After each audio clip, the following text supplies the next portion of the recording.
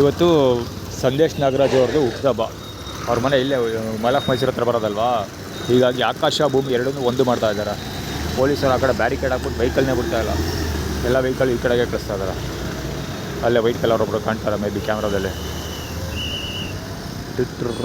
Left ಹೋಗಬೇಕು ಅಥವಾ ರೈಟ್ಗೆ ಹೋಗಬೇಕು, ಸ್ಟ್ರೈಟ್ ಯಾರು ಹೋಗೋಂಗೇ ಇಲ್ಲ. ಅಲ್ಲಿ ಬೈಕನ್ನು ಬಿಡ್ತಾಯಿಲ್ಲ.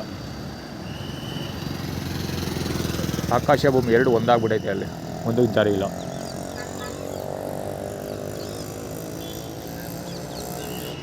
ಈಗ ಮಾಡೋದಂದರೆ ಒಂದು ಅಡ್ವಾಂಟೇಜ್ ಏನು ಗೊತ್ತಾ, ಡಿಸಡ್ವಾಂಟೇಜ್ ಏನು ಗೊತ್ತಾ, ನನಗೆ ಡಿಸಡ್ವಾಂಟೇಜ್, ಅವ್ರಿಗೆ ಅಡ್ವಾಂಟೇಜು. ಏನಂದರೆ ಎಲ್ಲ ವೆಹಿಕಲ್ ಇಲ್ಲಿಂದ ಹೋಗೋ ಎಲ್ಲ ವೆಹಿಕಲ್ಗಳು ಗಾಂಧಿ ಪಾರ್ಕ್ ಮುಂದೆನೇ ಹೋಗೋದು.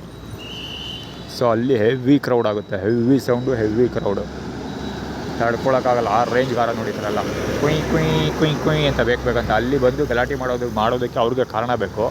ಸೊ ಇವರಲ್ಲಿ ಕಾರಣ ಹುಟ್ಟಾಕ್ತಾರೆ. ಇದು ಆ್ಯಕ್ಚುಲಿ ಇದು ಸಿಟಿ ಪೊಲೀಸವರು ಇಂಟೆನ್ಷನಲಿ ಟ್ರಾಫಿಕ್ ಕ್ರಿಯೇಟ್ ಮಾಡೋದನ್ನು ನಾನು ಇವತ್ತಲ್ಲ, ನಾನು ಪತ್ತೇದಾರಿ ಕೆಲಸ ಮಾಡೋದಕ್ಕೆ ಸ್ಟಾರ್ಟ್ ಮಾಡೋದಲ್ಲ 2013 ಅವಾಗಿಂದನೂ ಅಪ್ಡೇಟ್ ಮಾಡ್ತಾಯಿದ್ದೀನಿ.